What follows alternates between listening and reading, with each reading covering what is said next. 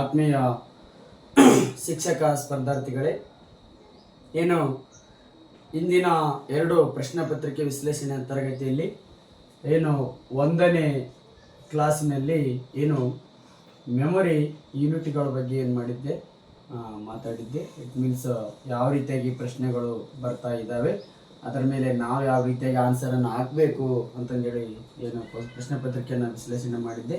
2ನೇ ಕ್ಲಾಸಲ್ಲಿ ಮೆಮೊರಿಗಳ ಬಗ್ಗೆ ಏನು ಪ್ರಾಥಮಿಕ ಮೆಮೊರಿ ಮತ್ತು ದ್ವಿತೀಯ ಮೆಮೊರಿ ಬಗ್ಗೆ ಏನು ಮಾಡಿದ್ದೆ, ಕ್ಲಾಸಲ್ಲಿ ಏನು ಮಾಡಿದ್ದೆ, ಡಿಸ್ಕಷನ್ನ ಮಾಡಿದ್ದೆ.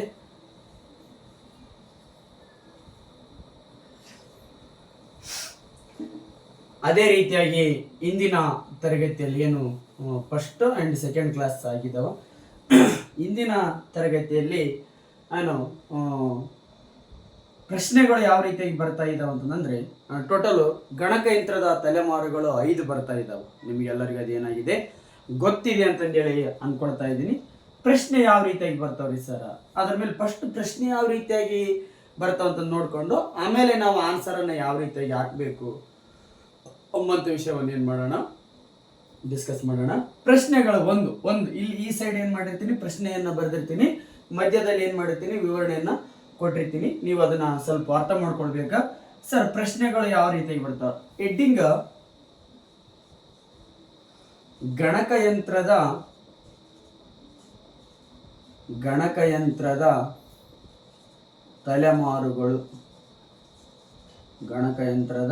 ತಲೆಮಾರುಗಳು ಅಂತ ಹೇಳಿ ಬರ್ತಾವ. ಸೊ ಅದನ್ನ ನೋಡ್ಕೋಬೇಕಾದಂಥ ವಿಷಯ ಆಗಿರ್ತದೆ. ಜನರೇಷನ್ಸ್ ಆಫ್ ಕಂಪ್ಯೂಟರ್ ಅಂತಂದೇಳಿ ವಿಷಯಗಳು ಬರ್ತಾ ಇದ್ದಾವೆ. ಪ್ರಶ್ನೆ ಯಾವ ರೀತಿಯಾಗಿ ಬರುತ್ತೆ ಅಂತಂದೇಳಿ ಕೇಳ್ತಾ ಇದ್ದೀರಿ. ಸೊ 1ನೇ ಪ್ರಶ್ನೆ, ಗಣಕಯಂತ್ರದ 1ನೇ ತಲೆಮಾರಿನ ಅವಧಿ ಎಷ್ಟು? ಪ್ರಶ್ನೆ 1. ಈ ಟೈಪು 1ನೇ ಅವಧಿಯಾದ್ರೂ ಕೇಳ್ಬೋದು, 2ನೇ ಅವಧಿದಾದ್ರೂ ಕೇಳ್ಬೋದು, 3ನೇ ಅವಧಿದಾದ್ರೂ ಕೇಳ್ಬೋದು, 4ನೇ ಅವಧಿದಾದ್ರೂ ಕೇಳ್ಬೋದು. ಒಂದು ಪ್ರಶ್ನೆ ನಾನು ಮಾತ್ರ ಹೇಳ್ತಾ ಇದ್ದೀನಿ. ಗಣಕಯಂತ್ರದ 1ನೇ ತಲೆಮಾರಿನ ಅವಧಿ ಅಂದ್ರೆ ಇಸ್ವಿ ಏನಂತ. ಸೊ 2ನೇ ಪ್ರಶ್ನೆ ಬಂದ್ಬಿಟ್ಟು ವ್ಯಾಕ್ಯೂಮ್ ಟ್ಯೂಬ್ಗಳನ್ನು ಗಣಕಯಂತ್ರದ ಯಾವ ತಲೆಮಾರಿನಲ್ಲಿ ಬಳಸಿದರು? ಈ ಟೈಪ್ ಆಗಿ ವ್ಯಾಕ್ಯೂಮ್ ಟ್ಯೂಬ್ಗಳನ್ನು ಎಲ್ಲಿ ಬಳಸಿದ್ರು ಅಂತಾದ್ರೂ ಕೇಳ್ಬೋದು, ಟ್ರಾನ್ಸಿಸ್ಟರ್ಗಳನ್ನು ಎಲ್ಲಿ ಬಳಸಿದ್ರು ಅಂತಾದ್ರೂ ಕೇಳ್ಬೋದು, ಏನು ಇಂಟಿಗ್ರೇಟೆಡ್ ಸರ್ಕ್ಯೂಟ್ಸ್ಗಳನ್ನು ಎಲ್ಲಿ ಬಳಸಿದ್ರು ಅಂತಂದೇಳಿ ಕೇಳ್ಬೋದು, ಮೈಕ್ರೋ ಪ್ರೊಸೆಸರ್ಗಳನ್ನು ಎಲ್ಲಿ ಬಳಸಿದ್ರು ಅಂತಂದ್ರೆ ಕೇಳ್ಬೋದು. ಪ್ರಶ್ನೆ ಒಂದೇ ಬರಿತಾ ಇದ್ದೀನಿ, ಅದನ್ನೆಲ್ಲದಕ್ಕೂ ಅಪ್ಲೈ ಆಗ್ತದೆ. ಹಾಗಾದರೆ 3ನೇ ಪ್ರಶ್ನೆ, MLL ನ ವಿಸ್ತೃತ ರೂಪ ಏನು? MLL ಆದ್ರೂ ಕೇಳ್ಬೋದು, HLL ಆದ್ರೂ ಕೇಳ್ಬೋದು, ALL ಆದ್ರೂ ಕೇಳ್ಬೋದು, ಫುಲ್ ಫಾರ್ಮ್ಗಳನ್ನು ಕೇಳ್ಬೋದು. 4ನೇ ಪ್ರಶ್ನೆ, ಬೈನರಿ ನಂಬರ್ ಎಂದರೆ ಈ ಕೆಳಗಿನವುಗಳಲ್ಲಿ ಯಾವುವು ಸರಿಯಾಗಿವೆ ಅಂತಾದ್ರೂ ಪ್ರಶ್ನೆ ಕೇಳ್ಬೋದು. ಬೈನರಿ ನಂಬರ್ ಅಂತಾದ್ರೂ ಕೇಳ್ಬೋದು, ಡಿಜಿಟ್ ನಂಬರ್ಸ್ ಅಂತಾದ್ರೂ ಕೇಳ್ಬೋದು, ದ್ವಿಮಾನ ಸಂಖ್ಯೆ ಅಂತಾದ್ರೂ ಕೇಳಬಹುದು, ಯುಗ್ಮ ಸಂಖ್ಯೆ ಅಂತಾದ್ರೂ ಕೇಳಬಹುದು. 4 ಟೈಪ್ ಪ್ರಶ್ನೆ ಮಾಡ್ತಾನ. 4 ಪ್ರಶ್ನೆಗೆ ಒಂದೇ ಉತ್ತರ ಏನಂತ ಹೇಳ್ಕೊಡ್ತೀವಿ. ಅದಾದ ನಂತರದಲ್ಲಿ ಮಧ್ಯಮ ಅವಧಿಯ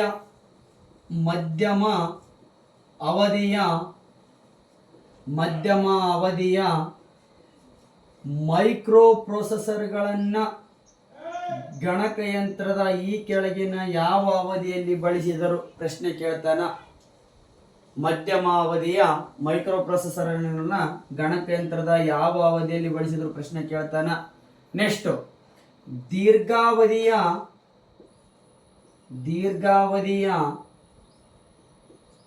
ಮೈಕ್ರೋ ಪ್ರೊಸೆಸರ್ಗಳನ್ನು ಗಣಕಯಂತ್ರದ ಯಾವ ಅವಧಿಯಲ್ಲಿ ಬಳಸಿರ್ತಾರ? 6ನೇ ಪ್ರಶ್ನೆ, ದೀರ್ಘಾವಧಿಯ ಮೈಕ್ರೋ ಪ್ರೊಸೆಸರ್ಗಳನ್ನು ಗಣಕಯಂತ್ರದ ಯಾವ ಅವಧಿಯಲ್ಲಿ ಬಳಸಿರ್ತಾರ? 6ನೇ ಪ್ರಶ್ನೆ. ಏಳನೇ ಪ್ರಶ್ನೆ ಬಂದ್ಬಿಟ್ಟು ಆರ್ಟಿಫಿಷಿಯಲ್ ಇಂಟೆಲಿಜೆನ್ಸಿಯನ್ನ ಗಣಕಯಂತ್ರದ ಯಾವ ಅವಧಿಯಲ್ಲಿ ಬಳಸಿರ್ತಾರ? ಏಳನೇ ಪ್ರಶ್ನೆ. ಅದಾದ ನಂತರದಲ್ಲಿ 8ನೇ ಪ್ರಶ್ನೆ, ಐಸಿ ಚಿಪ್ಸ್ಗಳನ್ನ ಗಣಕಯಂತ್ರದ ಯಾವ ಅವಧಿಯಲ್ಲಿ ಬಳಸಿರ್ತಾರ? 8ನೇ ಪ್ರಶ್ನೆ, ಐಸಿ ಚಿಪ್ಸ್ಗಳನ್ನ ಗಣಕಯಂತ್ರದ ಯಾವ ಅವಧಿಯಲ್ಲಿ ಬಳಸಿರ್ತಾರ? 8ನೇ ಪ್ರಶ್ನೆ. ಅದಾದ ನಂತರದಲ್ಲಿ ಇಷ್ಟು 8 ಟೈಪ್ ಪ್ರಶ್ನೆಗಳು ಏನಾಗ್ತಾ ಇದಾವ ಗಣಕಯಂತ್ರದ ತಲೆಮಾರಿನಲ್ಲಿ ಬರ್ತಾ ಇದಾವ. 1 2 3 4 5 6 7 8 ಪ್ರಶ್ನೆಯಲ್ಲಿ 8ನೇ ಪ್ರಶ್ನೆ ಮತ್ತು 7ನೇ ಪ್ರಶ್ನೆ ಒಂದೇ ಟೈಪ್ ಪ್ರಶ್ನೆ ಕೇಳ್ತಾನ. ಸಿಂಪಲ್. ಆರ್ಟಿಫಿಷಿಯಲ್ ಇಂಟೆಲಿಜೆನ್ಸ್ ಅನ್ನ ಗಣಕಯಂತ್ರದ ಯಾವ ತಲೆಮಾರಿನಲ್ಲಿ ಬಳಸಿದೆ ಅಂತ ಹೇಳಿ ಕೇಳ್ತಾನೆ. ಸಿಂಪಲ್ ಆಗಿ ಆನ್ಸರ್ ಅನ್ನ ಹಾಕ್ಬೇಕಾಗಿ. ಒಂದನೇ ಪ್ರಶ್ನೆಯಲ್ಲಿ ವಿಚಾರ ಮಾಡ್ರಿ. 1ನೇ ಪ್ರಶ್ನೆಯಲ್ಲಿ 1ನೇ ಗಣಕಯಂತ್ರದ ತಲೆಮಾರಿನಲ್ಲಿ ಏನು ಬಳಸಿ ಅಂದ್ರೆ 1ನೇ ಗಣಕಯಂತ್ರ ತಲೆಮಾರಿನ ಅವಧಿ ಅಂತ ಅದ್ರ ಕೇಳಬಹುದು. ಅದರಲ್ಲೇನೆ 2ನೇ ಪ್ರಶ್ನೆ, ಇದರಲ್ಲಿ 1ರಲ್ಲಿ 1 2 3 4 5 ಅಂದ್ರೆ 1ನೇ ಗಣಕಯಂತ್ರದ ಅವಧಿಯ ಎಷ್ಟಂತಾದ್ರೂ ಕೇಳಬಹುದು. 2ನೇ ಗಣಕಯಂತ್ರದ ಅವಧಿ ಎಷ್ಟಂತಾದ್ರೂ ಕೇಳಬಹುದು. 3ನೇ ಗಣಕಯಂತ್ರದ ಅವಧಿ ಎಷ್ಟಂತಾದ್ರೂ ಕೇಳಬಹುದು. 4ನೇ ಗಣಕಯಂತ್ರದ ಅವಧಿ ಎಷ್ಟಂತಾದ್ರೂ ಕೇಳಬಹುದು. 5ನೇ ಗಣಕಯಂತ್ರದ ಅವಧಿ ಎಷ್ಟಂತಾದರೂ ಕೇಳಬಹುದು. ಪ್ರಶ್ನೆ ನಾನು ಒಂದು ಹೇಳ್ತಾ ಇದ್ದೀನಿ, ಉಳಿದಂತ 4 ಪ್ರಶ್ನೆಗಳು ಅದೇ ಟೈಪ್ ರೈಸ್ ಆಗ್ತಾವ. ಸರಿ, ಈ 2ನೇ ಪ್ರಶ್ನೆಯಲ್ಲಿ ಸಹ 4 ಪ್ರಶ್ನೆಗಳು ಬರ್ತಾವ. ವ್ಯಾಕ್ಯೂಮ್ ಟ್ಯೂಬ್ಗಳನ್ನ ಗಣಕಯಂತ್ರದ ಯಾವ ಅವಧಿಯಲ್ಲಿ ಬಳಸಿದರೂ ಪ್ರಶ್ನೆ ಆಗಿದೆ. ನೆಕ್ಸ್ಟ್ ಏನ್ ಮಾಡ್ತಾರೆ? ಟ್ರಾನ್ಸಿಸ್ಟರ್ಗಳನ್ನ ಗಣಕಯಂತ್ರದ ಯಾವ ಅವಧಿಯಲ್ಲಿ ಬಳಸಿರ್ತಾರ? ಪ್ರಶ್ನೆ ಆಗ್ತದ. ಸರ್ ನೆಕ್ಸ್ಟ್ ಏನಾಗ್ತದ್ರಿ? ಏನು ಇಂಟಿಗ್ರೇಟೆಡ್ ಸರ್ಕ್ಯೂಟ್ಸ್ ಗಳನ್ನು ಗಣಕಯಂತ್ರದ ಯಾವ ಅವಧಿಯಲ್ಲಿ ಬಳಸಿರ್ತಾರ? ಪ್ರಶ್ನೆ ಆಗ್ತದ. ಸರ್ ನೆಕ್ಸ್ಟ್ ಏನಾಗ್ತಾ ಇದ್ರಿ? ಮೈಕ್ರೋ ಪ್ರೊಸೆಸರ್ಗಳನ್ನ ಗಣಕಯಂತ್ರದ ಯಾವ ಅವಧಿಯಲ್ಲಿ ಬಳಸಿರ್ತಾರ? ಪ್ರಶ್ನೆ ಆಗ್ತದ. ಸರ್ ನೆಕ್ಸ್ಟ್ ಏನಾಗ್ತದ್ರಿ? ಮಧ್ಯಮ ಅವಧಿಯ ಮೈಕ್ರೋ ಪ್ರೊಸೆಸರ್ಗಳನ್ನ ಗಣಕಯಂತ್ರದ ಯಾವ ಅವಧಿಯಲ್ಲಿ ಬಳಸಿರ್ತಾರ? ಪ್ರಶ್ನೆ ಆಗ್ತದ. Is it clear? Sir MLL full form ಕೇಳಿದನ್ರಿ. ಮಷಿನ್ ಹೇಳ್ತೀನಿ ಅದು ಏನಂತಂದೇಳಿ. ಸರ್ ಇದರಲ್ಲಿ ಎಷ್ಟು ಪ್ರಶ್ನೆಗಳಾಗ್ತಾ ಇದಾವ? ಪ್ರಶ್ನೆ 1, HLL ನ ಫುಲ್ ಫಾರ್ಮ್ ಅನ್ನು ಬರೆಯಿರಿ. ಪ್ರಶ್ನೆ 2, ALL ನ ಫುಲ್ ಫಾರ್ಮ್ ಅನ್ನು ಬರೀರಿ. 2 ಪ್ರಶ್ನೆಗಳಾಗ್ತವೆ. ಇದು ಒಂದು ಪ್ರಶ್ನೆ, ಇದು ಒಂದು ಪ್ರಶ್ನೆ, ಇದೊಂದು ಪ್ರಶ್ನೆ, ಸೇರಿ ಟೋಟಲ್ 3 ಟೈಪ್ ಪ್ರಶ್ನೆಗಳಾಗ್ತವೆ. ಸರ್ ಸರಿ ರೀ. ಬೈನರಿ ನಂಬರ್ ಸರ್ ಮತ್ತೆ ಹೆಂಗ್ ಪ್ರಶ್ನೆ ಕೇಳ್ಬೋದ್ರಿ? ಬೈನರಿ ನಂಬರ್ ಅಂದ್ರೂ ಉತ್ತರ ಒಂದೇ, ಡಿಜಿಟ್ ನಂಬರ್ಸ್ ಅಂದ್ರೂ ಉತ್ತರ ಒಂದೇ, ಯುಗ್ಮ ಸಂಖ್ಯೆಗಳಂದ್ರೂ ಉತ್ತರ ಒಂದೇ, ದ್ವಿಮಾನ ಸಂಖ್ಯೆಗಳಂದ್ರೂ ಉತ್ತರ ಒಂದೇ. 4 ಟೈಪ್ ಪ್ರಶ್ನೆಗಳು ಆಗ್ತಾ ಇದಾವ. ಏನು ಬೈನರಿ ನಂಬರ್ ಕೇಳಿದಾನ, ನೆಕ್ಸ್ಟ್ ಏನ್ ಮಾಡ್ತಾನ? ಯುಗ್ಮ ಸಂಖ್ಯೆಗಳು ಯಾವ್ದಂತ ಪ್ರಶ್ನೆ ರೈಸ್ ಮಾಡ್ತಾನ. ನೆಕ್ಸ್ಟ್ ಏನ್ ಮಾಡ್ತಾನ? ದ್ವಿಮಾನ ಸಂಖ್ಯೆಗಳು ಅಂತ ಹೇಳಿ ಪ್ರಶ್ನೆ ರೈಸ್ ಮಾಡ್ತಾನ. ನೆಕ್ಸ್ಟ್ ಏನ್ ಮಾಡ್ತಾನ? ಯುಗ್ಮ ಸಂಖ್ಯೆಗಳು ಅಂದ್ರೆ ಏನಂತ ಪ್ರಶ್ನೆ ರೈಸ್ ಮಾಡ್ತಾನ. ಇದು ಪ್ರಶ್ನೆ 1, 2, 3, ಇದು 4 ಪ್ರಶ್ನೆಗೆ ಒಂದೇ ಉತ್ತರ. ಸರ್ ಮಧ್ಯಮಾವಧಿಯ ಮೈಕ್ರೋ ಪ್ರೊಸೆಸರ್ಗಳನ್ನು ಗಣಕಯಂತ್ರದ ಯಾವ ಅವಧಿಯಲ್ಲಿ ಬಳಸಿರ್ತಾರ? ನೆಕ್ಸ್ಟ್ ಟೈಮ್ ಪ್ರಶ್ನೆ ಆಗ್ತದೆ. ದೀರ್ಘಾವಧಿಯ ಮೈಕ್ರೋ ಪ್ರೊಸೆಸರ್ಗಳನ್ನು ಗಣಕಯಂತ್ರದ ಯಾವ ಅವಧಿಯಲ್ಲಿ ಬಳಸಿರ್ತಾರ? ಪ್ರಶ್ನೆ ಆಗ್ತದೆ. Is it clear? Artificial intelligence ಅನ್ನ ಗಣಕಯಂತ್ರದ ಯಾವ ಅವಧಿಯಲ್ಲಿ ಬಳಸಿರ್ತಾರ? ಇಂಟಿಗ್ರೇಟೆಡ್ ಸರ್ಕ್ಯೂಟ್ಸ್ ಗಳನ್ನ ಗಣಕಯಂತ್ರದ ಯಾವ ಅವಧಿಯಲ್ಲಿ ಬಳಸಿರ್ತಾರ? ಇಷ್ಟು ಟೈಪ್ ಪ್ರಶ್ನೆಗಳು ಏನಾಗಿರ್ತಾವ ಗಣಕಯಂತ್ರದ ತಲೆಮಾರಿನಲ್ಲಿ ಪ್ರಶ್ನೆಗಳಾಗ್ತಾವ. ಕಂಪಲ್ಸರಿ ನಾನು ಹೇಳ್ತಾ ಇದ್ದೀನಿ, 2 ಪ್ರಶ್ನೆಗಳು PSTR ಗೆ ಆಗ್ತಾವ. 2 ಪ್ರಶ್ನೆಗಳು PSTR ಗೆ ಆಗ್ತಾವ. 1 ಪ್ರಶ್ನೆ GPT ಗೆ ಆಗ್ತದ. 2 ಪ್ರಶ್ನೆ HSTR ಗೆ ಆಗ್ತಾವ. ಸರ್ ಯಾಕ್ರಿ HSTR ಗೆ ಮತ್ತು PSTR ಗೆ 2 ಯಾಕ್ರಿ, GPT ಗೆ 1 ಯಾಕ್ರಿ ಅಂತಂದ್ರ ಇಲ್ಲಿ 25 ಪ್ರಶ್ನೆಗಳು ಬಂದಿರ್ತಾವ, ಇಲ್ಲಿ 12 ಅಥವಾ 13 ಪ್ರಶ್ನೆಗಳು ಬಂದಿರ್ತಾವ. ಸೊ ಇಲ್ಲಿ ಕೇವಲ 10 ಪ್ರಶ್ನೆ ಇರೋದ್ರಿಂದ ಒಂದೇ ಬರ್ತದ. ಸಿ ಗ್ರೂಪ್ ಅಲ್ಲಿ KPSC ನಡೆಸ್ತಕ್ಕಂಥ ಸಿ ಗ್ರೂಪ್ ಅಲ್ಲಿ ಹಾಗೂ KE ಬೋರ್ಡ್ ನಡೆಸ್ತಕ್ಕಂಥ ಸಿ ಗ್ರೂಪ್ ಅಲ್ಲಿ 30 ಪ್ರಶ್ನೆಗಳಿರ್ತಾವ, ಕಂಪಲ್ಸರಿ 2 ಪ್ರಶ್ನೆಗಳು ಬರ್ತಾವ. ಕ್ಲಿಯರ್? ಸೊ ಇಷ್ಟೆಲ್ಲ ಪ್ರಶ್ನೆಗಳನ್ನ ರೈಸ್ ಮಾಡಿದೀನಿ. ಈ ಪ್ರಶ್ನೆ ಪತ್ರಿಕೆಯನ್ನ ನೀವು ಬರ್ಕೊಳ್ರಿ, ಪ್ರಶ್ನೆಗಳು ಯಾವ ರೀತಿ ಅಂತಂದು ಹೇಳಿ. ಸೊ ಅದ್ರದ್ದು ಏನು ಜನರೇಷನ್ಸ್ ಅಂದ್ರೆ ಏನು, ಎಷ್ಟು ತಲೆಮಾರುಗಳು ಬರ್ತಾವ, ಆ ತಲೆಮಾರಿನಲ್ಲಿ ಏನೇನು ವಿಷಯಗಳು ಬರ್ತಾವ ಅಂತಂದು ಹೇಳಿ ಈಗ ನೆಕ್ಸ್ಟ್ ಡಿಸ್ಕಸ್ ಮಾಡೋಣ. ಪ್ರಶ್ನೆ ಪತ್ರಿಕೆ ಅನ್ನೋ ಸಂದರ್ಭದಲ್ಲಿ ಅದರ ಸುತ್ತಮುತ್ತ ಜಸ್ಟ್ ಸುಮ್ಮನೆ ಐಸಿ ಯಾವ ಜನರೇಷನ್ ಬಂದು ಅದು ಹೇಳಿ ಮುಂದೆ ಹೋಗೋದಲ್ಲ. ಪ್ರಶ್ನೆ ಪತ್ರಿಕೆ ವಿಶ್ಲೇಷಣೆ ಅಂತಂದ್ರೆ ನೀವು ನೆಕ್ಸ್ಟ್ ಯಾರದೇ ತರಗತಿಯನ್ನು ನೋಡ್ರಿ, ಜಸ್ಟ್ ವ್ಯಾಕ್ಯೂಮ್ ಟ್ಯೂಬ್ಗಳನ್ನ ಗಣಕಯಂತ್ರದ 1ನೇ ತಲೆಮಾರಿನಲ್ಲಿ ಬಳಸಿದ್ರ ನೆಕ್ಸ್ಟ್ ಹೋಗ್ರಿ. ಇಲ್ಲಿ ವ್ಯಾಕ್ಯೂಮ್ ಟ್ಯೂಬ್ 1ನೇ ಗಣಕಯಂತ್ರದ ಅವಧಿಯಲ್ಲಿ ಬಳಸಿರ್ತಾರೆ ಅಂದ್ರೆ ಟ್ರಾನ್ಸಿಸ್ಟರ್ಗಳನ್ನು ಎಲ್ಲಿ ಬಳಸ್ಯಾರಂತ ನೋಡ್ಕೋಬೇಕು, ಇಂಟಿಗ್ರೇಟೆಡ್ ಸರ್ಕ್ಯೂಟ್ಸ್ಗಳನ್ನು ಎಲ್ಲಿ ಬಳಸ್ಯಾರಂತ ನೋಡ್ಕೋಬೇಕು, ಮೈಕ್ರೋ ಪ್ರೊಸೆಸರ್ನ ಎಲ್ಲಿ ಬಳಸಿದಾರಂತ ನೋಡ್ಕೋಬೇಕು, ಮಧ್ಯಮಾವಧಿಯ ಮೈಕ್ರೋ ಪ್ರೊಸೆಸರ್ನ ಎಲ್ಲಿ ಬಳಸಿದಾರಂತ ನೋಡ್ಕೋಬೇಕು, ದೀರ್ಘಾವಧಿಯ ಮೈಕ್ರೋ ಪ್ರೊಸೆಸರ್ನ ಎಲ್ಲಿ ಬಳಸಿದಾರಂತ ನೋಡ್ಕೋಬೇಕು. ಈ ಟೈಪ್ ಆಗಿ ವಿಷಯವನ್ನ ನೋಡ್ಕೊಂಡಾದಂಥ ಸಂದರ್ಭದಲ್ಲಿ ವಿಷಯದ ಮನನ ಏನಾಗ್ತದ ನಿಮಗೆ ಖಂಡಿತವಾಗಿ ನೆನಪಿರ್ಲಿಕ್ಕೆ ಸಾಧ್ಯ ಆಗ್ತದೆ ಎಂಬ ಏನು ಆಶಯದಂತೆ ಇನ್ನೇನು ಜನರೇಷನ್ಸ್ ಯಾವ ರೀತಿಯಾಗಿ ಇದಾವ ನೋಡೋಣ. ಈ ಪ್ರಶ್ನೆಗಳನ್ನ ನಾನು ಏನು ಮಾಡ್ತಾ ಇದ್ದೀನಿ, ಎರೇಸ್ ಮಾಡ್ತಾ ಇದ್ದೀನಿ. ನೆಕ್ಸ್ಟ್ ನಾನು ಕ್ಲಾಸ್ ಮಾಡೋದಾಗ ಈ ಪ್ರಶ್ನೆಗಳು ನಿಮ್ಗೆ ಏನಾಗಿರ್ಬೇಕು, ನೋಟ್ಸಲ್ಲಿ ಪಕ್ಕದಲ್ಲಿ ಬರ್ಕೊಂಡು ಇಟ್ಕೊಂಡಿರ್ಬೇಕು. ಸೊ ಅಂತಹ ಸಂದರ್ಭದಲ್ಲಿ ಜನರೇಷನ್ಸ್ ಆಫ್ ಕಂಪ್ಯೂಟರ್ ಎಷ್ಟಿದಾವ, 5 ಗಣಕಯಂತ್ರದ ತಲೆಮಾರುಗಳಿದಾವ. ಗಣಕಯಂತ್ರದ ಟೋಟಲ್ ಪ್ರಾರಂಭದಿಂದ ಇಲ್ಲಿಯವರೆಗೆ ಗಣಕಯಂತ್ರದ 5 ತಲೆಮಾರುಗಳನ್ನು ನಾವೇನ್ ಮಾಡಿದೀವಿ, ನೋಡ್ಕೊಂಡಿದ್ವಿ. ಹಾಗಾದ್ರೆ ಆ ಗಣಕಯಂತ್ರಗಳ ತಲೆಮಾರಿನ ಅವಧಿ ಅದು ಏನೇನು ಇಸ್ವಿ, ಆವಾಗ 1ನೇ ಗಣಕಯಂತ್ರದ ಅವಧಿಯಲ್ಲಿ ಏನನ್ನು ಕಂಡು ಹಿಡಿದ್ರು ಆ ಟೈಪ್ ಆಗಿ ನೋಡ್ತಾ ಹೋದಂತ ಸಂದರ್ಭದಲ್ಲಿ ಬರ್ಕೊಂಡ್ಬಿಡ್ರಿ. ಗಣಕಯಂತ್ರದ 1ನೇ ತಲೆಮಾರು, ಗಣಕಯಂತ್ರದ 1ನೇ ತಲೆಮಾರಿನ ಅವಧಿ 1946ರಿಂದ 1955. ಗಣಕಯಂತ್ರದ 2ನೇ ತಲೆಮಾರಿನ ಅವಧಿ 1956ರಿಂದ 1965. ಗಣಕಯಂತ್ರದ 3ನೇ ತಲೆಮಾರಿನ ಅವಧಿ 1966ರಿಂದ 1975. ಗಣಕಯಂತ್ರದ 4ನೇ ತಲೆಮಾರಿನ ಅವಧಿ 1976ರಿಂದ ಪ್ರಸ್ತುತ. ಗಣಕಯಂತ್ರದ 5ನೇ ತಲೆಮಾರಿನ ಅವಧಿ ಇಂದಿನವರೆಗೆ. ಇದಕ್ಕೇನ್ರಿ ಸ್ಪೆಸಿಫಿಕ್ ಆಗಿ ಏನಾಗಿಲ್ಲ, ಇಸ್ವಿ ಇಲ್ಲ.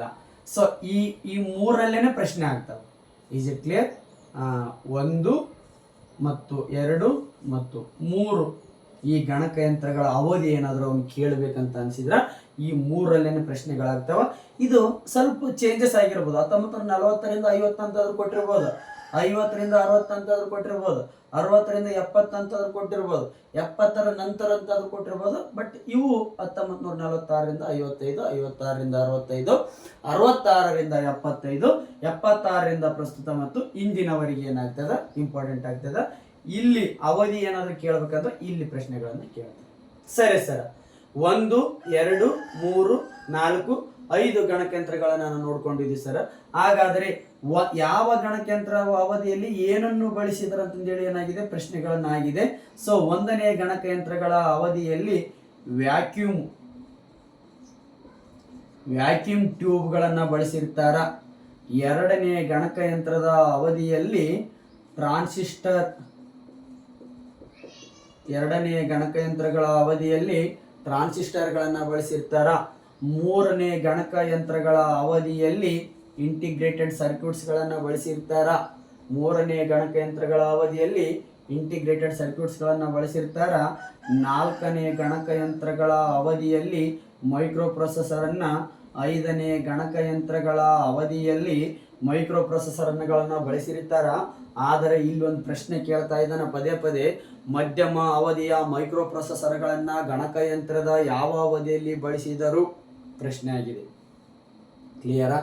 ಮಧ್ಯಮ ಅವಧಿಯ ಮೈಕ್ರೋ ಪ್ರೊಸೆಸರ್ಗಳನ್ನ ಗಣಕಯಂತ್ರದ ಯಾವ ಅವಧಿಯಲ್ಲಿ ಬಳಸಿದ್ರು ಅಂತಂದು ಕೇಳ್ತಾನ.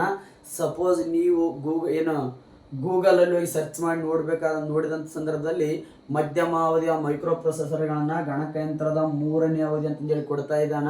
ಬಟ್ 3, 4 ಎರಡಕ್ಕೂ ಏನಾಗ್ತದೆ ಕನೆಕ್ಟ್ ಆಗ್ತಾ ಇದೆ.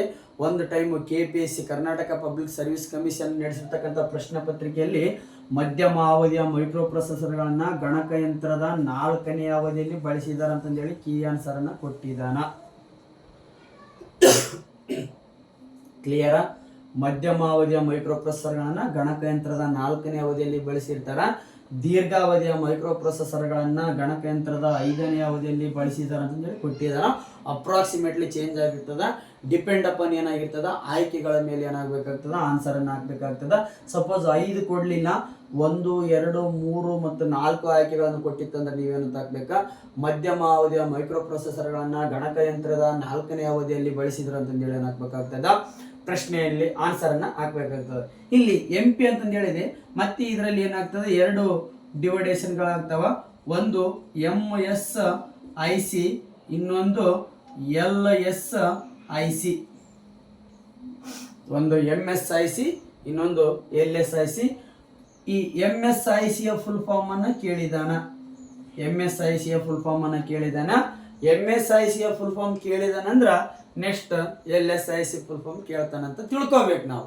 Is it right? ಹಾಗಾದ್ರೆ MSICಯ ಫುಲ್ ಫಾರ್ಮ್ ಏನಂತಂದ್ರ ಮೀಡಿಯಂ. MSICಯ full form medium scale integrated circuits. Medium scale integrated circuits, ಇದು MSICಯ full form. Medium scale integrated circuits. Next LSIC ಅಂತಂದು ಹೇಳಿದೆ ನೋಡ್ರಿ, ಅದ್ರದ್ದು ಎಲ್ಲಷ್ಟು ಹೇಳ್ತೀನಿ ರೀ. Large scale integrated circuits. Is it right? Large scale integrated circuits, medium scale integrated circuits, large scale integrated ಸರ್ಕ್ಯೂಟ್ಸ್ಗಳಂತ full form ಅನ್ನು ಹಾಕ್ಬೇಕು. ಹಾಗಾದ್ರೆ ಇಲ್ಲಿ 5ನೇ ಗಣಕಯಂತ್ರದ ಮೈಕ್ರೋ ಪ್ರೊಸೆಸರ್ ಮತ್ತೆ ಇಲ್ಲಿ 2 ಡಿವೈಡೇಷನ್ಗಳಾಗ್ತಾವ. ಒಂದು LSIC, ಇನ್ನೊಂದು VLSIC. ಒಂದು LSIC, ಇನ್ನೊಂದು VLSIC. ಒನ್ ಟೈಮು ಏನು ಇದರ ಫುಲ್ ಫಾರ್ಮ್ ಅನ್ನು ಕೇಳಿದ್ದ, VLSIC. ಇಲ್ಲಿ LSIC ಅಂತಂದ್ರೆ ಗೊತ್ತಾಗಿದೆ, large scale integrated circuits. Large scale integrated circuits. ಇಲ್ಲಿ VLSIC, ವಿ ಮಾತ್ರ ಸೇರ್ಕೊಂಡಿದೆ. Very large scale integrated circuits ಅಂತ ಹಾಕ್ಬೇಕ. Large scale integrated circuits, very large scale integrated circuits. Full form ಅನ್ನ MSIC ಆದ್ರೂ ಕೇಳ್ತಾನ, LSIC ಆದ್ರೂ ಕೇಳ್ತಾನ, ಏನು VLSIC ಅಂತ ಆದ್ರೂ ಕೇಳ್ತಾನ. ಇಂಪಾರ್ಟೆಂಟ್ ಪ್ರಶ್ನೆ ಬರ್ತದ. ಕ್ಲಿಯರಾ? ಮೈಕ್ರೋ ಪ್ರೊಸೆಸರ್ ಅಲ್ಲಿ 2 ಪ್ರಕಾರಗಳು. ಒಂದು ಮೀಡಿಯಂ ಸ್ಕೇಲ್ ಇಂಟಿಗ್ರೇಟೆಡ್ ಸರ್ಕ್ಯೂಟ್ಸ್, ಇನ್ನೊಂದು ಲಾರ್ಜ್ ಸ್ಕೇಲ್ ಇಂಟಿಗ್ರೇಟೆಡ್ ಸರ್ಕ್ಯೂಟ್ಸ್ ಅಂತ ಹೇಳಿ ನಾವು 2 ಪ್ರಕಾರಗಳನ್ನು ನೋಡ್ತಾ ಇದ್ದೀವಿ. ಅದರ full form medium scale integrated circuits, large scale integrated circuits. So ಇಲ್ಲಿ ಒಂದು ಹೊಸ ಪದ ಸೇರ್ಕೊಂಡಿದೆ, VLSIC, very large scale integrated circuits. ಈ ಪ್ರಶ್ನೆಯನ್ನ ತುಂಬಾ ಸಾರಿ ಏನ್ ಮಾಡಿದಾನ, ಕ್ವಶನ್ ಪೇಪರ್ ಅಲ್ಲಿ ಏನ್ ಮಾಡಿದಾನ, ರೈಸ್ ಮಾಡಿದಾನ. ಸರಿ ಸರ. ಏನು ಗಣಕಯಂತ್ರಗಳಲ್ಲಿ ಟೋಟಲ್ 5 ತಲೆಮಾರುಗಳಿದಾವೆ ಅಂತಂದು ಹೇಳಿದಿರಿ. 1, 2, 3, 4 ಮತ್ತು 5 ಅದರ ಅವಧಿಗಳನ್ನು ನಾವು ನೋಡಿದೀವಿ. 1ನೇ ಗಣಕಯಂತ್ರದ ಅವಧಿಯಲ್ಲಿ ವ್ಯಾಕ್ಯೂಮ್ ಟ್ಯೂಬ್ಗಳನ್ನ, 2ನೇ ಗಣಕಯಂತ್ರಗಳ ಅವಧಿಯಲ್ಲಿ ಟ್ರಾನ್ಸಿಸ್ಟರ್ಗಳನ್ನ, 3ನೇ ಗಣಕಯಂತ್ರಗಳ ಅವಧಿಯಲ್ಲಿ ಇಂಟಿಗ್ರೇಟೆಡ್ ಸರ್ಕ್ಯೂಟ್ಸ್ಗಳನ್ನ, 4 ಮತ್ತು 5ನೇ ಗಣಕಯಂತ್ರಗಳ ಅವಧಿಯಲ್ಲಿ ಮೈಕ್ರೋ ಪ್ರೊಸೆಸರ್ಗಳನ್ನ ಬಳಸಿರ್ತಾರ. ಆದರೆ MSIC ಮತ್ತು LSIC ಅನ್ನ ಗಣಕಯಂತ್ರದ 4ನೇ ಅವಧಿಯಲ್ಲಿ ಬಳಸಿರ್ತಾರ. ಪ್ಲಸ್ LSIC ಮತ್ತು VLSIC large scale integrated circuits ನೊಂದಿಗೆ ವೆರಿ ಲಾರ್ಜ್ ಸ್ಕೇಲ್ ಇಂಟಿಗ್ರೇಟೆಡ್ ಸರ್ಕ್ಯೂಟ್ಸ್ಗಳನ್ನ ಗಣಕಯಂತ್ರದ 5ನೇ ಅವಧಿಯಲ್ಲಿ ಬಳಸಿರ್ತಾರ. ಏನು, ಒಂದು ವ್ಯಾಕ್ಯೂಮ್ ಟ್ಯೂಬ್, ಇನ್ನೊಂದು ಟ್ರಾನ್ಸಿಸ್ಟರ್ಸ್, ಇನ್ನೊಂದು integrated circuits, micro processor and micro processor. ಇದರಲ್ಲಿ ಎರಡು, ಒಂದು MSIC, ಇನ್ನೊಂದು LSIC. ಫುಲ್ ಫಾರ್ಮ್ ತುಂಬ ಇಂಪಾರ್ಟೆಂಟ್ ಆಗ್ತದೆ, ಕೇಳ್ತಾರೆ. ಸರಿ ರೀ, ಏನು 1 2 3 4 5 ಅವಧಿ ನೋಡ್ಕೊಂಡಿವಿ, ಏನೇನು ಬಳಸಿದ್ರು ಅಂತಂದು ಹೇಳ್ಕೊಂಡ್ವಿ. ನೆಕ್ಸ್ಟ್ ಬರ್ತಕ್ಕಂಥದ್ದು ಇಂಪಾರ್ಟೆಂಟ್ ಏನಂದ್ರೆ, ಯಾವ ಅವಧಿಯಲ್ಲಿ ಯಾವ ಭಾಷೆಯನ್ನು ಬಳಸಿದ್ರು, ಯಾವ ಅವಧಿಯಲ್ಲಿ ಯಾವ ಭಾಷೆಯನ್ನು ಬಳಸಿದ್ರು. ತುಂಬ ಸಾರಿ ಪ್ರಶ್ನೆ ಆಗಿದೆ. ಏನು 1ನೇ ಗಣಕಯಂತ್ರದ ಅವಧಿಯಲ್ಲಿ ಯಾವ ಭಾಷೆಯನ್ನು ಬಳಸಿದ್ರು ಅಂತಂದೇಳಿ ಕೇಳ್ತಾ ಇದ್ದಾನ ಪ್ರಶ್ನೆ. 2ನೇ ಗಣಕಯಂತ್ರಗಳ ಅವಧಿಯಲ್ಲಿ ಯಾವುದು, 3ನೇ ಗಣಕಯಂತ್ರಗಳ ಅವಧಿಯಲ್ಲಿ ಯಾವುದು, 4ನೇ ಗಣಕಯಂತ್ರಗಳ ಅವಧಿಯಲ್ಲಿ ಯಾವ ಭಾಷೆಯನ್ನು ಬಳಸಿದ್ರು ಅಂತ ಏನು ಮಾಡ್ತಾ ಇದ್ದಾನ, ಪ್ರಶ್ನೆಯನ್ನ ಕೇಳ್ತಾ ಇದ್ದಾನ. ಸೊ 1ನೇ ಗಣಕಯಂತ್ರಗಳ ಅವಧಿಯಲ್ಲಿ, 1ನೇ ಗಣಕಯಂತ್ರಗಳ ಅವಧಿಯಲ್ಲಿ MLL ಎಂದರೆ ಯಾಂತ್ರ ಮಟ್ಟದ ಭಾಷೆ ಎಂದು ಅರ್ಥ. ಏನು, machine level language. Machine level language ತುಂಬ ಸಾರಿ ಪ್ರಶ್ನೆಯನ್ನ ಕೇಳಿದಾನ. ಅದರ ಫುಲ್ ಫಾರ್ಮ್ ಅನ್ನು ಬರ್ಕೊಂಡು ಬಿಡ್ರಿ. Machine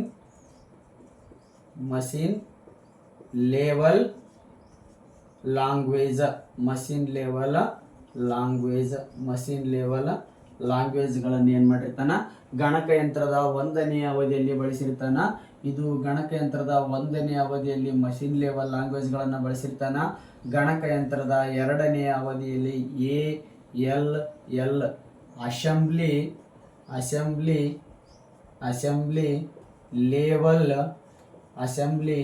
level language. Assembly level ಲ್ಯಾಂಗ್ವೇಜ್ಗಳನ್ನು ಗಣಕಯಂತ್ರದ 2ನೇ ಅವಧಿಯಲ್ಲಿ ಬಳಸಿರ್ತಾರ. Machine level language, assembly level language. 3, 4, 5 ಈ 3 ಗಣಕಯಂತ್ರಗಳ ಅವಧಿಯಲ್ಲಿ HLL ಅನ್ನ ಬಳಸಿರ್ತಾರ. ಒಂದು ಟೈಮ್ ಪ್ರಶ್ನೆ ಆಗಿದೆ. ಉನ್ನತ ಮಟ್ಟದ ಭಾಷೆಯನ್ನ ಗಣಕಯಂತ್ರದ ಯಾವ ಅವಧಿಯಲ್ಲಿ ಬಳಸಿದರು ಅಂತಂದೇಳಿ ಪ್ರಶ್ನೆ ಮಾಡಿದಾನ. ಏನು ಆಯ್ಕೆಗಳನ್ನು ಕೊಟ್ಟಿದ್ದಲ್ಲಿ 3 ಕೊಟ್ಟಿದ್ದ, 2 ಕೊಟ್ಟಿದ್ದ, 1 ಕೊಟ್ಟಿದ್ದ. ಕೆಳಗಿನ ಡಿ ಆನ್ಸರ್, ಮೇಲಿನ ಯಾವುದು ಅಲ್ಲ ಅಂತ ಹೇಳಿ ಕೊಟ್ಟಿದ್ದ. ಸೊ ಹಾಗಾಗಿ ಉನ್ನತ ಮಟ್ಟದ ಭಾಷೆಯನ್ನ ಗಣಕಯಂತ್ರದ 3, 4 ಮತ್ತು 5ನೇ ತಲೆಮಾರಿನಲ್ಲಿ ಬಳಸಿರ್ತಾರ. ಹಾಗಾದ್ರೆ ಫುಲ್ ಫಾರ್ಮ್ ಏನಂತ ಕೇಳ್ತಾನ, high level language. High level language ಅಂತಂದು ಹೇಳಿ ಹಾಕ್ಬೇಕಾಗ್ತದ, ಉತ್ತರವನ್ನು ಹಾಕ್ಬೇಕಾಗ್ತದ. ಟೋಟಲ್ 3 ಗಣಕಯಂತ್ರದ ಭಾಷೆಗಳಿದಾವೆ ಅಂತಂದು ಹೇಳಿದ್ದೀನಿ. ಒಂದು ಮಷಿನ್ ಲೆವೆಲ್ ಲ್ಯಾಂಗ್ವೇಜ್, ಇನ್ನೊಂದು ಅಸೆಂಬ್ಲಿ ಲೆವೆಲ್ ಲ್ಯಾಂಗ್ವೇಜ್, ಅದರನ್ನು ಐ ಲೆವೆಲ್ ಲ್ಯಾಂಗ್ವೇಜ್. ಯಾಂತ್ರ ಮಟ್ಟದ ಭಾಷೆ, ಅಸೆಂಬ್ಲಿ ಲೆವೆಲ್ ಭಾಷೆ, 3ನೇದ್ದು ಏನು ಉನ್ನತ ಮಟ್ಟದ ಭಾಷೆ. ಫುಲ್ ಫಾರ್ಮನ್ನು ಕೇಳ್ತಾನ, ದಯವಿಟ್ಟು ಅರ್ಥ ಮಾಡ್ಕೊಳ್ರಿ. Machine level language, assembly level language, high level language. ಸರಿ ಸರ. ಮಷಿನ್ ಲೆವೆಲ್ ಲ್ಯಾಂಗ್ವೇಜ್ಗೆ ಉದಾಹರಣೆ ಏನಂತಂದು ಹೇಳಿ ಪ್ರಶ್ನೆ ಬರ್ತದ. ಇಲ್ಲಿ 0 ಮತ್ತು ಹಾಕ್ಬೇಕ, 0 ಮತ್ತು 1. ಆದರೆ ಇಂದಿನ ತರಗತಿಯಲ್ಲಿ ಮಾತಾಡಬೇಕಾದಂತ ಹೇಳಿದ್ದೀನಿ. 1 ಬಿಟ್ ಎಂದರೆ 0 ಅಥವಾ 1. ಕ್ಲಿಯರಾ? 1 ಬಿಟ್ ಅಂದ್ರೆ ಏನು ಹೇಳಿದ್ದೀನಿ, 0 ಅಥವಾ 1 ಅಂತಂದು ಹೇಳಿದ್ದೀನಿ. ಆದರೆ machine level language binary digit, ದ್ವಿಮಾನ ಸಂಖ್ಯೆ. ಕ್ಲಿಯರಾ? Machine level language binary digit, ದ್ವಿಮಾನ ಸಂಖ್ಯೆ, ಯುಗ್ಮ ಸಂಖ್ಯೆ ಎಂದರೆ 0 ಮತ್ತು 1 ಅಥವಾ ಅಲ್ಲ. 0 ಅಥವಾ 1 ಅಂದ್ರ ಅಲ್ಲಿ ಬಿಟ್ಟಿಗೆ ಹೋಗಿ ನಿಂತ್ಕೊಳ್ಬೇಕ. 1 ಬಿಟ್ ಈಕ್ವಲ್ ಟು 0 ಅಥವಾ 1. ಸೊ ಅಲ್ಲಿ ಅದು ರೈಟ್ ಆನ್ಸರ್. 0 ಮಧ್ಯದಲ್ಲಿ ಮತ್ತು ಸೇರ್ಕೊಂಡಿದೆ, ಐಂಡ್ ಸೇರ್ಕೊಂಡಿದೆ ಅಂದ್ರ 0 and 1 it is the best example of machine level languages. ಯಾಕ್ರಿ ಸರ್ ಅಂತಂದ್ರೆ, ಗಣಕಯಂತ್ರದ ಆರಂಭದಲ್ಲಿ ಗಣಕಯಂತ್ರಕ್ಕೆ ಕೇವಲ ಅಂಕಿ ಸಂಖ್ಯೆಗಳು ತಿಳಿತಾ ಇದ್ದವು. ಮಾನವರ ಭಾಷೆ ಏನಾಗ್ತಾ ಇರಲಿಲ್ಲ, ತಿಳಿತಾ ಇರಲಿಲ್ಲ. ಸೊ ಹಾಗಾಗಿ ಗಣಕಯಂತ್ರದಲ್ಲಿ ಪ್ರಾರಂಭದಲ್ಲಿ ಅಂಕಿ ಸಂಖ್ಯೆಗಳನ್ನು ಬಳಸ್ತಾ ಹೋಗ್ತಾರ, 0 ಮತ್ತು 1. ಏನು ವಿಜ್ಞಾನ ಮತ್ತು ತಂತ್ರಜ್ಞಾನ ಮುಂದುವರೆದಂತೆ ಏನು ಗಣಕಯಂತ್ರದಲ್ಲಿ ಹಲವಾರು ರೀತಿಯ ಬದಲಾವಣೆಗಳಾದಂತೆ ಏನಾಗ್ತದ, ಏನು ಅಂಕಿ ಸಂಖ್ಯೆಗಳೊಂದಿಗೆ ಅಕ್ಷರಗಳನ್ನು ಬಳಸ್ತಾ ಹೋಗ್ತಾರ. ಅದನ್ನು ನಾವೇನಂತ ಕರಿತಾ ಇದೀವಿ, ಅಸೆಂಬ್ಲಿ ಲೆವೆಲ್ ಲ್ಯಾಂಗ್ವೇಜ್ ಅಂತ ಹೇಳಿ ಕರಿತಾ ಇದೀವಿ. ಒಂದು ಪದ ಇಂಪಾರ್ಟೆಂಟು, ಅಸೆಂಬ್ಲಿ ಲೆವೆಲ್ ಲ್ಯಾಂಗ್ವೇಜ್ಗೆ ಒಂದು ಕೋಡ್ ವರ್ಡ್ ಅನ್ನು ಕೊಡ್ತಾರ. ಅದನ್ನ ಏನಂತಂದು ಹೇಳಿ ತುಂಬ ಸಾರಿ ಕೇಳಿದಾರ. MNO MNICS ಮೊನೋಮೋನಿಕ್ಸ್ ಏನು ಅಂಕಿಯೊಂದಿಗೆ ಅಕ್ಷರಗಳನ್ನು ಏನು ಮಾಡ್ತಾರ ಸೇರಿಸ್ತಾ ಹೋಗ್ತಾರ. ಅಂಕಿಯೊಂದಿಗೆ ಏನು ಮಾಡ್ತಾರ ಅಕ್ಷರಗಳನ್ನು ಸೇರಿಸ್ತಾ ಹೋಗ್ತಾರ. ಅದಕ್ಕೆ ನಾವೇನಂತ ಕರಿತೀವಿ ಅಂದ್ರೆ ಅಸೆಂಬ್ಲಿ ಲೆವೆಲ್ ಲ್ಯಾಂಗ್ವೇಜ್ ಅಂತಂದು ಹೇಳಿ ಕರಿತೀವಿ. ಮೊನೋಮೋನಿಕ್ಸ್ ಇದೇ ಪದನ ಕೇಳಿದನ ಎರಡನೇ ಗಣಕಯಂತ್ರದ ಅವಧಿಯಲ್ಲಿ ಅಸೆಂಬ್ಲಿ ಲೆವೆಲ್ ಲ್ಯಾಂಗ್ವೇಜನ್ನು ಬಳಸಿರ್ತಾರಂತ ಎಲ್ಲರಿಗೂ ಗೊತ್ತಿದ. ಆದರೆ ಅಸೆಂಬ್ಲಿ ಲೆವೆಲ್ ಲ್ಯಾಂಗ್ವೇಜ್ಗೆ ಒಂದು ಕೋಡ್ ವರ್ಡನ್ನು ಕೊಟ್ಟಿರ್ತಾರ. ಆ ಕೋಡ್ ವರ್ಡ್ ಏನಂತಂದು ಹೇಳಿ ಪ್ರಶ್ನೆ ಮಾಡಿದನ ಅದು ಮೊನೋಮೋನಿಕ್ಸ್. ಅದಾದ ನಂತರದಲ್ಲಿ ಏನು ಅಭಿವೃದ್ಧಿ ಆದಂಥ ಸಂದರ್ಭದಲ್ಲಿ ಗಣಕಯಂತ್ರವು ಏನಾಗ್ತದೆ ಪರಿವರ್ತನೆ ಆಗ್ತಾ ಹೋಗ್ತಾವ. ಅಂತ ಗಣಕಯಂತ್ರ ಪರಿವರ್ತನೆ ಆದಂತೆ ಉನ್ನತ ಮಟ್ಟದ ಭಾಷೆಗಳನ್ನು ಗಣಕಯಂತ್ರದಲ್ಲಿ ಬಳಸಲಿಕ್ಕೆ ಏನು ಮಾಡ್ತಾರ ಪ್ರಾರಂಭ ಮಾಡ್ತಾರ. ಉನ್ನತ ಮಟ್ಟದ ಗಣಕಯಂತ್ರದ ಭಾಷೆಗಳೆಂದರೆ ಬೇರೆ ಅಲ್ಲ, ನಾವು ಪ್ರಸ್ತುತ ದಿನಮಾನದಲ್ಲಿ ಬರ್ತಕ್ಕಂಥ A to Z ಆಲ್ಫಾಬೆಟ್ಗಳೇನಿದೆ ನೋಡ್ರಿ, ಆ A to Z ಆಲ್ಫಾಬೆಟ್ಗಳನ್ನು ನಾವೇನು ಮಾಡ್ತಾ ಇದ್ವಿ ಉನ್ನತ ಮಟ್ಟದ ಭಾಷೆಯಲ್ಲಿ ನಾವೇನು ಮಾಡ್ತಾ ಇದ್ವಿ ಬಳಸ್ತಾ ಇದ್ವಿ. Total concept generations of computer 5 ಕಾನ್ಸೆಪ್ಟ್ಗಳು ಬರ್ತಾವ ಅಂತಂದು ಹೇಳಿದ್ದೀನಿ. 1, 2, 3, 4 ಮತ್ತು 5. ಒಂದನೇ ಗಣಕಯಂತ್ರದ ಅವಧಿ 1946ರಿಂದ 1955. ಎರಡನೇ ಗಣಕಯಂತ್ರದ ಅವಧಿ 1956ರಿಂದ 65. ಮೂರನೇ ಗಣಕಯಂತ್ರದ ಅವಧಿ 1966ರಿಂದ 75. ನಾಲ್ಕನೇ ಗಣಕಯಂತ್ರದ ಅವಧಿ 1976ರಿಂದ ಪ್ರಸ್ತುತ ಹಾಗೂ 5ನೇ ಗಣಕಯಂತ್ರ ಅವಧಿ ಇಂದಿನವರೆಗೆ. ಒಂದನೇ ಗಣಕಯಂತ್ರದ ಅವಧಿಯಲ್ಲಿ ವ್ಯಾಕ್ಯೂಮ್ ಟ್ಯೂಬ್ಗಳನ್ನು ಬಳಸಿರ್ತಾರ. ಎರಡನೇ ಗಣಕಯಂತ್ರದ ಅವಧಿಯಲ್ಲಿ ಟ್ರಾನ್ಸಿಸ್ಟರ್ಗಳನ್ನು ಬಳಸಿರ್ತಾರ. ಮೂರನೇ ಗಣಕಯಂತ್ರದ ಅವಧಿಯಲ್ಲಿ ಇಂಟಿಗ್ರೇಟೆಡ್ ಸರ್ಕ್ಯೂಟ್ಸ್ಗಳನ್ನು ಬಳಸಿರ್ತಾರ. 4 ಮತ್ತು 5ನೇ ಗಣಕಯಂತ್ರಗಳ ಅವಧಿಯಲ್ಲಿ ಮೈಕ್ರೋ ಪ್ರೊಸೆಸರ್ಗಳನ್ನು ಬಳಸಿರ್ತಾರ. ಆದರೆ ಮೀಡಿಯಂ ಸ್ಕೇಲ್ ಇಂಟಿಗ್ರೇಟೆಡ್ ಸರ್ಕ್ಯೂಟ್ಸ್ ಹಾಗೂ ಲಾರ್ಜ್ ಸ್ಕೇಲ್ ಇಂಟಿಗ್ರೇಟೆಡ್ ಸರ್ಕ್ಯೂಟ್ಸ್ಗಳನ್ನು ಗಣಕಯಂತ್ರದ 4ನೇ ಅವಧಿಯಲ್ಲಿ ಬಳಸಿರ್ತಾರ. ಇನ್ನು ಲಾರ್ಜ್ ಸ್ಕೇಲ್ ಇಂಟಿಗ್ರೇಟೆಡ್ ಸರ್ಕ್ಯೂಟ್ಸ್ನೊಂದಿಗೆ ವೆರಿ ಲಾರ್ಜ್ ಸ್ಕೇಲ್ ಇಂಟಿಗ್ರೇಟೆಡ್ ಸರ್ಕ್ಯೂಟ್ಸ್ಗಳನ್ನು ಗಣಕಯಂತ್ರದ 5ನೇ ಅವಧಿಯಲ್ಲಿ ಬಳಸಿರ್ತಾರೆ. ಅದಾದ ನಂತರದಲ್ಲಿ ಯಾವ ಭಾಷೆಯನ್ನ ಗಣಕಯಂತ್ರದ ಯಾವ ಅವಧಿಯಲ್ಲಿ ಬಳಸಿದ್ರು ಅಂತ ಪ್ರಶ್ನೆ ಕೇಳ್ತಾರ. ಮಷಿನ್ ಲೆವೆಲ್ ಲ್ಯಾಂಗ್ವೇಜ್ ಎಂದರೆ ಯಂತ್ರ ಮಟ್ಟದ ಭಾಷೆಯನ್ನ ಗಣಕಯಂತ್ರದ 1ನೇ ಅವಧಿಯಲ್ಲಿ ಬಳಸಿರ್ತಾರ. ಅಸೆಂಬ್ಲಿ ಲೆವೆಲ್ ಲ್ಯಾಂಗ್ವೇಜ್ ಅನ್ನ ಗಣಕಯಂತ್ರದ 2ನೇ ಅವಧಿಯಲ್ಲಿ ಬಳಸಿರ್ತಾರ. ಹೈ ಲೆವೆಲ್ ಲ್ಯಾಂಗ್ವೇಜ್ ಉನ್ನತ ಮಟ್ಟದ ಭಾಷೆಯನ್ನ ಗಣಕಯಂತ್ರದ 3, 4 ಮತ್ತು 5ನೇ ಗಣಕಯಂತ್ರದ ಅವಧಿಯಲ್ಲಿ ಬಳಸಿರ್ತಾರ. ಪ್ರಾರಂಭದಲ್ಲಿ ಟೋಟಲ್ ನಾನು 8 ಪ್ರಶ್ನೆಗಳನ್ನು ಬರೆದಿದ್ದೆ. 8 ಪ್ರಶ್ನೆಗಳಿಗೆ ಇಲ್ಲೆಲ್ಲ ಉತ್ತರ ಕೊಟ್ಟಿದ್ದೀನಿ. ಕ್ಲಿಯರ್? ಒಂದನೇ ಪ್ರಶ್ನೆ ಏನು ಹೇಳ್ರಿ ನೋಡೋಣ. ಒಂದನೇ ಪ್ರಶ್ನೆ ಏನಂತ ಬರೆಸಿದ್ದೆ ಅಂದ್ರೆ ಗಣಕಯಂತ್ರದ 1ನೇ ಅವಧಿ ಎಷ್ಟಂತ ಬರೆಸಿದ್ದೆ. ಗಣಕಯಂತ್ರದ 1ನೇ ಅವಧಿ 1946ರಿಂದ 1955. ಕ್ಲಿಯರ್? ಎರಡನೇ ಪ್ರಶ್ನೆ ವ್ಯಾಕ್ಯೂಮ್ ಟ್ಯೂಬ್ಗಳನ್ನು ಗಣಕಯಂತ್ರದ ಯಾವ ಅವಧಿಯಲ್ಲಿ ಬಳಸಿರ್ತಾರೆ ಅಂತ ಕೇಳಿದ್ನೆ. ವ್ಯಾಕ್ಯೂಮ್ ಟ್ಯೂಬ್ಗಳನ್ನು ಗಣಕಯಂತ್ರದ 1ನೇ ಅವಧಿಯಲ್ಲಿ ಬಳಸಿರ್ತಾರೆ ಅಂತಂದೇಳಿ ಉತ್ತರ ಹಾಕ್ಬೇಕಾಗಿತ್ತು. ಮೂರನೇ ಪ್ರಶ್ನೆಯನ್ನು ಬರೆದಿದ್ದೆ. MLL ಫುಲ್ ಫಾರ್ಮ್ ಅನ್ನು ಕೇಳಿದ್ದೆ. ಮಷಿನ್ ಲೆವೆಲ್ ಲ್ಯಾಂಗ್ವೇಜ್ ಅಂತ ಉತ್ತರ ಹಾಕಬೇಕು. ಸೊ ಅದೇ ರೀತಿಯಾಗಿ 4ನೇ ಪ್ರಶ್ನೆ ಏನಂತ ಕೇಳಿದ್ದೆ. ಮಧ್ಯಮ ಅವಧಿಯ ಮೈಕ್ರೋ ಪ್ರೊಸೆಸರ್ಗಳನ್ನು ಎಲ್ಲಿ ಬಳಸ್ತಾರೆ ಅಂತ ಕೇಳಿದ್ದೆ. ಮಧ್ಯಮ ಅವಧಿಯ ಮೈಕ್ರೋ ಪ್ರೊಸೆಸರ್ಗಳನ್ನು ಗಣಕಯಂತ್ರದ 4ನೇ ಅವಧಿಯಲ್ಲಿ ಬಳಸ್ತಾರೆ ಅಂತ ಆನ್ಸರ್ ಹಾಕಬೇಕಾಗ್ತದೆ. ಅದೇ ರೀತಿಯಾಗಿ 5 ಅಥವಾ 6ನೇ ಪ್ರಶ್ನೆಯನ್ನು ನೋಡ್ರಿ, ಅದು ದೀರ್ಘಾವಧಿಯ ಮೈಕ್ರೋ ಪ್ರೊಸೆಸರ್ಗಳನ್ನು ಎಲ್ಲಿ ಬಳಸ್ತಾರೆ ಅಂತ ಕೇಳಿದ್ದೆ. ದೀರ್ಘಾವಧಿಯ ಮೈಕ್ರೋ ಪ್ರೊಸೆಸರ್ಗಳನ್ನು ಗಣಕಯಂತ್ರದ 5ನೇ ತಲೆಮಾರಿನಲ್ಲಿ ಬಳಸ್ತಾರೆ ಅಂತ ಉತ್ತರ ಹಾಕಬೇಕು. ಅದಾದ ನಂತರದಲ್ಲಿ ಏನು ಆರ್ಟಿಫಿಷಿಯಲ್ ಇಂಟೆಲಿಜೆನ್ಸನ್ನು ಗಣಕಯಂತ್ರದ ಯಾವ ಅವಧಿಯಲ್ಲಿ ಬಳಸಿದ್ರು ಅಂತ ಕೇಳ್ತಾರೆ. ಮಸ್ಟ್ ಅಂಡ್ ಶುಡ್ ಇಂಪಾರ್ಟೆಂಟ್ ಪ್ರಶ್ನೆ. ಗಣಕಯಂತ್ರದ 5ನೇ ತಲೆಮಾರಿನಲ್ಲಿ ಏನು ಆರ್ಟಿಫಿಷಿಯಲ್ ಇಂಟೆಲಿಜೆನ್ಸನ್ನು ಏನು ಮಾಡಿರ್ತಾರ ಬಳಸಿರ್ತಾರೆ. ಅದಾದ ನಂತರದಲ್ಲಿ ಏನು 8ನೇ ಪ್ರಶ್ನೆ ಏನು ಕೇಳಿದ್ದೆ, IC ಏನು ಕೇಳಿದ್ನಲ್ರಿ. ಸೊ ಅದಕ್ಕೆಲ್ಲದಕ್ಕೆ ಉತ್ತರ ಏನು ಮಾಡಿದ್ದೀನಿ ಈ ಒಂದು ಏನು ಸ್ಕ್ರೀನಲ್ಲಿ ಏನು ಮಾಡಿದ್ದೀನಿ ಕೊಟ್ಟಿದ್ದೀನಿ. ಸೊ ತುಂಬ ಏನು ಇಂಪಾರ್ಟೆಂಟ್ ಆಗ್ತದ. ಇದು ಕ್ಲಾಸ್ 3rd ಆಗಿರ್ತದ. Is it right? ಇದು ಪ್ರಶ್ನೆ ಪತ್ರಿಕೆ ವಿಶ್ಲೇಷಣೆ ಕ್ಲಾಸ್ 3ನೇದಾಗಿರ್ತದ. ಸೊ 1 ಮತ್ತು 2 ಕ್ಲಾಸ್ 2 ಹಾಗೂ ಕ್ಲಾಸ್ 1 ಏನು ಮಾಡಿದ್ದೀನಿ, ಏನು ಆಲ್ರೆಡಿ ಯೂಟ್ಯೂಬ್ ಚಾನಲಲ್ಲಿ ಏನು ಮಾಡಿದ್ದೀನಿ ಅಪ್ಲೋಡ್ ಮಾಡಿದ್ದೀನಿ. ಸೊ ಯಾರಾದರೂ ಆ ಕ್ಲಾಸನ್ನು ನೋಡಿಲ್ಲ ಅಂದ್ರೆ ಅಲ್ಲಿ ಕನೆಕ್ಟ್ ಆಗಲಿ. ಆ ಕ್ಲಾಸ್ ನೋಡ್ಕೊಂಡು ನೆಕ್ಸ್ಟ್ ಕ್ಲಾಸಿಗೆ ಬಂತಂದ್ರೆ ಏನಾಗ್ತದೆ, ನಿಮಗೆ ವಿಷಯ ಏನಾಗ್ತದೆ ಕನೆಕ್ಟ್ ಆಗ್ತದೆ. ಇಲ್ಲಿ ನೋಡ್ರಿ, ಇಲ್ಲಿ ಮಷಿನ್ ಲೆವೆಲ್ ಲ್ಯಾಂಗ್ವೇಜ್ ಅಂದ್ರೆ ಗೊತ್ತಾಯ್ತು 0 ಮತ್ತು 1. Is it right? Assembly level language ಅಂದ್ರೆ ಗೊತ್ತಾಯ್ತು ಗಣಕಯಂತ್ರದ 2ನೇ ತಲೆಮಾರಿನಲ್ಲಿ ಬಳಸಿರ್ತಾರೆ ಸರ. ಅದಕ್ಕೊಂದು ಕೋಡ್ ವರ್ಡನ್ನು ಕೊಟ್ಟಿರ್ತಾರೆ. ಮೊನೋಮೋನಿಕ್ಸ್ ಅಂತಂದೇಳಿ ಕರಿತೀವಿ ಸರ. ಮೊನೋಮೋನಿಕ್ಸ್ ಅಂದರೆ ಬೇರೆ ಏನಲ್ಲ, ಅಂಕಿಯೊಂದಿಗೆ ಅಕ್ಷರಗಳನ್ನು ಬಳಸಿದಂಥ ತಂತ್ರಜ್ಞಾನವನ್ನು ನಾವೇನಂತ ಕರಿತಾ ಇದೀವಿ ಅಂದ್ರೆ ಏನು ಅಸೆಂಬ್ಲಿ ಲೆವೆಲ್ ಲ್ಯಾಂಗ್ವೇಜ್ ಅಂತ ಕರಿತಾ ಇದೀವಿ ಅಂತಂದ್ರೆ ನೋಡ್ಕೊಂಡಿದ್ವಿ. ಸರ್ ಇದು ಇಂಪಾರ್ಟೆಂಟ್ ರೀ, HL ಇಂಪಾರ್ಟೆಂಟು. ಪ್ರಶ್ನೆ ಕೇಳ್ತಾರ.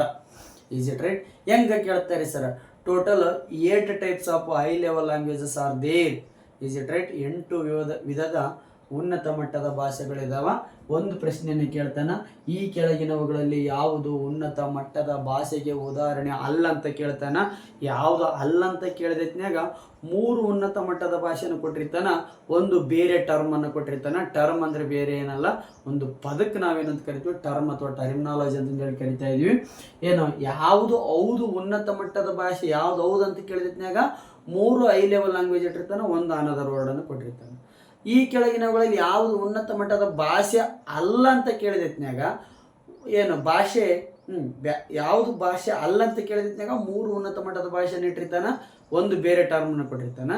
ಈ ಕೆಳಗಿನವುಗಳಲ್ಲಿ ಯಾವುದು ಉನ್ನತ ಮಟ್ಟದ ಭಾಷೆ ಅಲ್ಲ ಅಂತ ಕೇಳಿದ್ನ್ಯಾಗ 3 ಉನ್ನತ ಮಟ್ಟದ ಭಾಷೆಯನ್ನು ಕೊಟ್ಟಿರ್ತಾನೆ, ಒಂದು ಬೇರೆ ಅಂತ ತೆಗೆದಿರ್ತಾನೆ. ಅದನ್ನ ಏನದು ಕಾನ್ಸೆಪ್ಟ್ ಅಂತಂದೇಳಿ ಕ್ಲಾಸ್ 4 ಅಲ್ಲಿ ಏನು ಮಾಡೋಣ, ಡಿಸ್ಕಸ್ ಮಾಡೋಣ.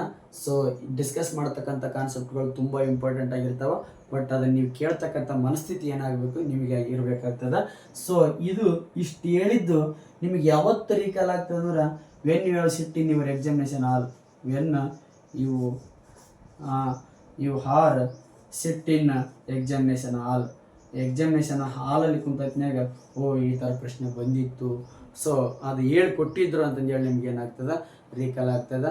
ಸೊ ಅದೆಲ್ಲ ಒಳ್ಳೆಯದಾಗಲಿ ಅಂತ ಎಂಬ ಮಾತನ್ನು ಹೇಳುತ್ತಾ, ಇನ್ನು ಅವರು ನಮಗಾಗಿ ಏನು ಕೊಟ್ಟಿದ್ದಾರೆ ಅನ್ನೋದಕ್ಕಿಂತ ಅವರಿಗಾಗಿ ನಾವೇನು ಕೊಟ್ಟಿದ್ದೇವೆ ಎಂಬುದು ಏನಾಗ್ತದೆ, ತುಂಬ ಮುಖ್ಯ ಆಗ್ತದೆ ಅಂತ ಒಂದು ಏನು ನುಡಿಯೊಂದಿಗೆ ಏನು ಮಾಡೋಣ, ಇಂದಿನ ಕ್ಲಾಸನ್ನು ಮುಗಿಸ್ತಾ ಇದ್ದೀನಿ. Wish you all the best. ಒಳ್ಳೆಯದಾಗಲಿ.